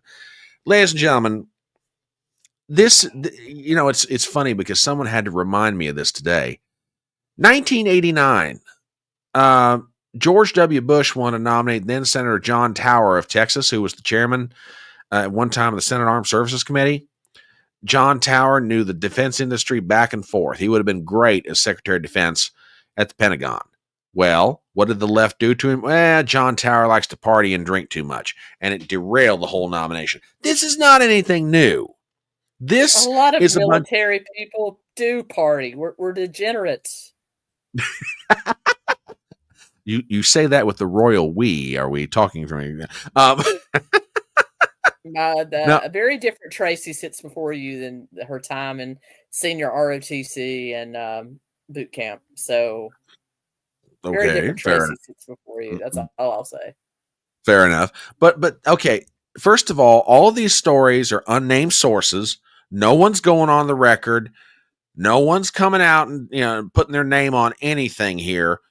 On the other side of that, you got people like Will Cain, Sean Parnell, many, many other individuals who are going on the record saying this is a load of horse shit. You got people at Fox News. Now, keep in mind, supposedly he was drunk on the set at Fox News and drinking too much and partying and making untoward advances on women and all that stuff. There are people in the industry who are like, listen, if this guy had even an ounce of alcohol in his breath, we'd have known it the moment he sat down on the couch. None of this ever happened. This basically gets down to, and this is why I'm fired up about this, this basically gets down to neocon establishment in Washington, D.C. that does not want a reformer like Pete Hegseth going into the Pentagon and actually making some changes that might actually benefit not just the American military man and woman, but might actually benefit the American people and the nation in general. So no, I don't think Pete Hegseth is going anywhere. I think Pete Hegseth is ready for this fight, and from what I understand, momentum is starting to build on his behalf. I've got a clip here from Senator Hagerty of your state, actually, Republican of Tennessee. Hagerty and Marsha Blackburn are all on board with absolutely, and I want to play this clip. Hagerty is the senior senator from Tennessee. He was appearing on CNN. And funny you bring up Gates because I want to come back to this. Well, we've got one vote for Hegseth, and I'm not sure this has to do with. I wouldn't mind if he harassed me a little bit. I'm gonna be honest. Ladies, there you go. Anyway, this is hot as hot. Yeah, hot is hot. Yeah, exactly. This is Bill Haggard, the senior senator from Tennessee on CNN, and he's got an update as to what's going on here. So with that, I will go ahead and play this. Pete is a very highly qualified leader, very bright, intelligent, and he's somebody that's going to inspire the rank and file there in the Pentagon, as well as our troops on the ground, that they've got a true leader in place. It appears today there's been a shift in strategy coming out and trying to fight back, as Pete Hegseth said in his interview with Megyn Kelly earlier today. His mother was also on TV this morning, said she regrets sending an email in 2018 to Hegseth accusing him of mistreating women. She urged senators, especially female senators, to judge Pete Hegseth for who he is today. Has Penelope Hegseth's appearance quelled any of the concerns that some of your colleagues have stated publicly? Well, I'd say this. I was just with Pete meeting with a large group of House members, and he had an ovation that was resounding. I think that Pete is, as people get to know him again, as people get to see his deliberation, his deliberate stance on trying to repair the Pentagon, try to fix our recruiting crisis, our retention crisis, I think people are overwhelmingly supportive of him. And I think that's going to continue to move in the right direction. The momentum is with Pete right now. To that point, what do you attribute kind of the burst of stories, of reports over the course of the last 12 to 15 hours, not made up? I mean, they were coming from people inside the Trump operation that seemed very concerned were floating other names. Governor Ron DeSantis was coming out as a potential replacement. Why do you think that's happening? I think it's totally not constructive. And I think what everybody needs to do is get behind President Trump's nominee. And I think we need to move this thing forward as quickly and as expeditiously as we can, because we need to be ready for President Trump to hit the ground with the team he wants on day one. Okay, I want to say some things here. All right. Okay. And some of this is not necessarily original to me, and I will always try to give credit where it's due. I was listening to a discussion between Sean Parnell and Rich Barris, the People's Pundit, on Parnell's Rumble channel, Battleground. And Rich Barris brought up a very valid point. Okay, Ron DeSantis, if anybody's got the credentials to be Secretary of Defense, it's DeSantis. He's served in the military. He was in JAG Corps. He's been a governor. He's, understands running a very large organization, which is exactly what the Pentagon is. But ask yourself one question.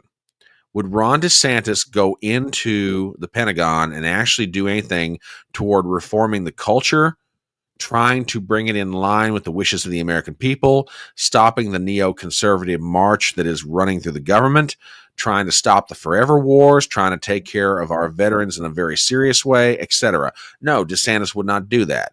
He'd be there to occupy a seat. Hegseth scares neoconservative Washington to death. There are reports that Lindsey Graham. You don't think DeSantis would slash and burn? I mean, he certainly did in Florida. No, he's the Tea Party. He's the original founder of the Tea Party. Well, he wouldn't do anything on the forever wars. He was in support of Ukraine funding. Yeah. And to me, that's a disqualifier. No, I'm not saying that he would not be a good Secretary of Defense. I'm not sure DeSantis or anybody like him, traditional Republican, is what is needed at this moment. I mean, Hagerty refers to it quite accurately. You've got a recruiting crisis of the military. You've got a retention crisis of the military. You have weapon systems that are undergraded. But more importantly, the whole culture inside the Pentagon is not good right now.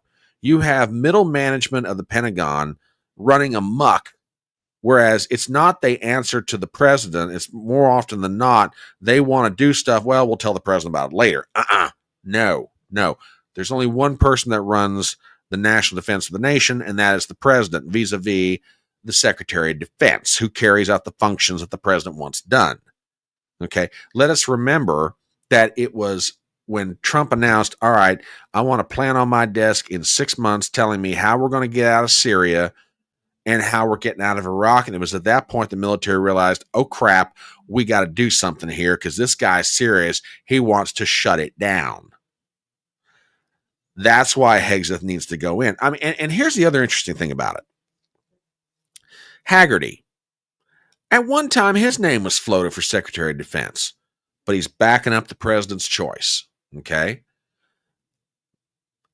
Joni Ernst, and I'm going to say something here. It's probably going to get me in trouble, but then again, what else is new?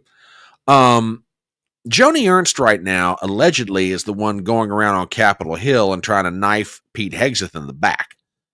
And according to reports, and again, this was a discussion between Parnell and Barris, Joni Ernst wanted Secretary of Defense, but didn't get it.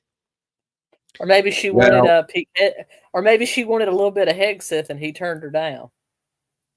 Well, now, allegedly, the reason that she's a divorced woman is the fact that she was he-ing and she-ing with one of the subordinates in her command when her husband was deployed.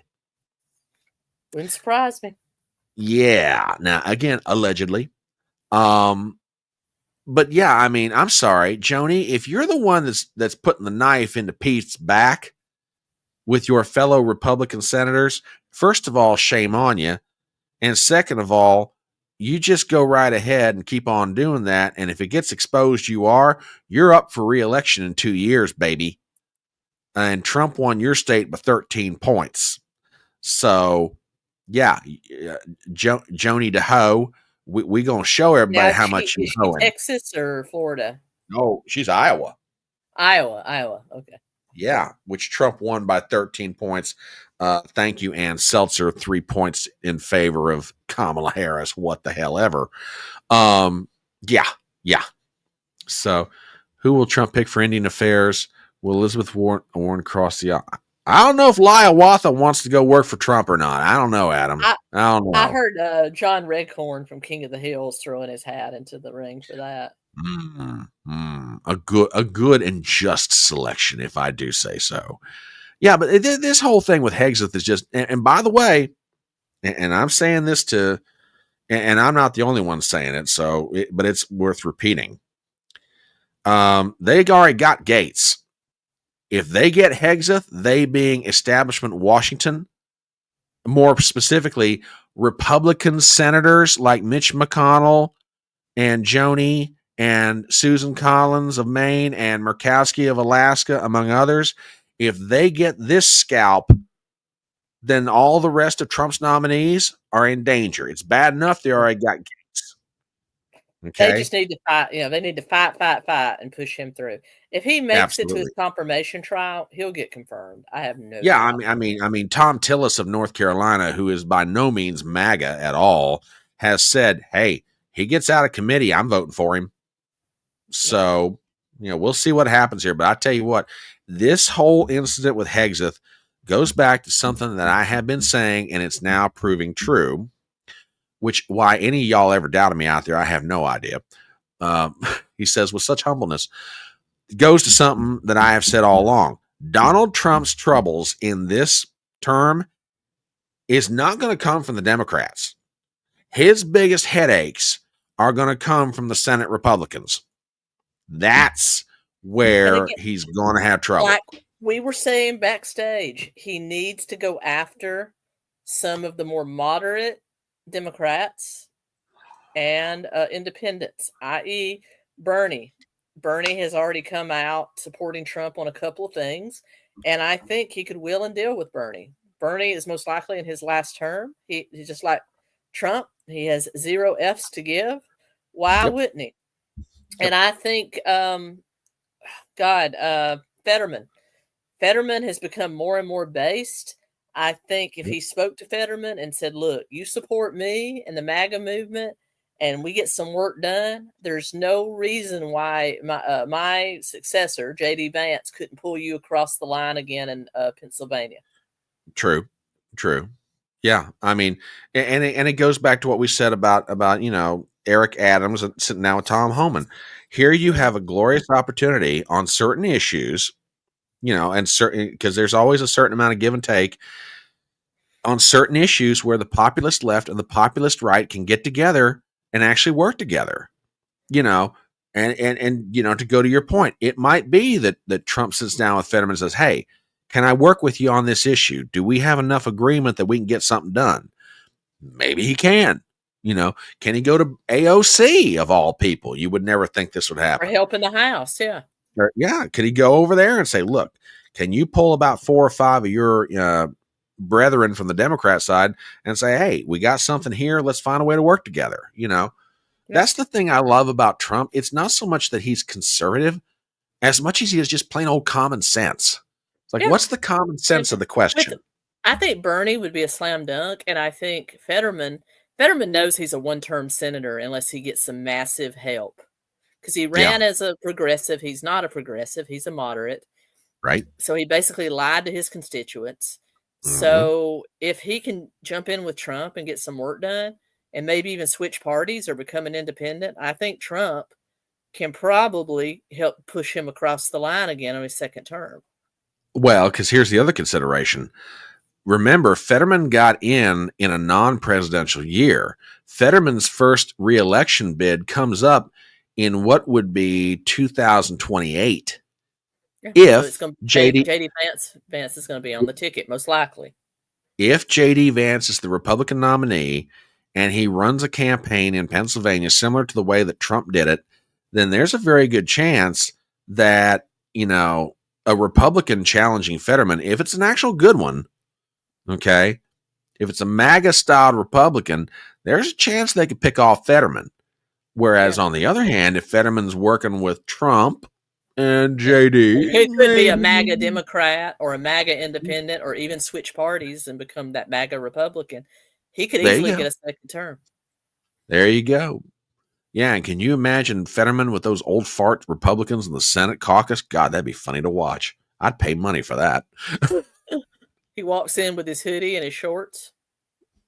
Yep, there you go. There you go. So yeah, with that, that's what I've got on the subject, and I'll toss the ball back over to your side of the net.